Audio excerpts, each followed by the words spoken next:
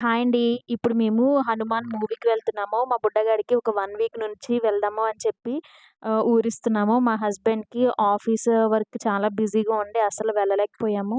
But మా అమ్మ వాళ్ళ ఇంటికి వచ్చాము కదా! అక్కడి నుంచి వెళ్ళామండి. ఇది మా ఊరికి ఒక హాఫ్ అన్ అవర్ దూరంలో ఉంటుంది. సో, మూవీ అయితే చాలా బావుందండి. మా బుడ్డగాడు కూడా చాలా ఇంట్రెస్టింగ్‌గా చూసాడు. ఈ విగ్రహం అయితే ఈ హనుమాన్‌ది చాలా నచ్చింది.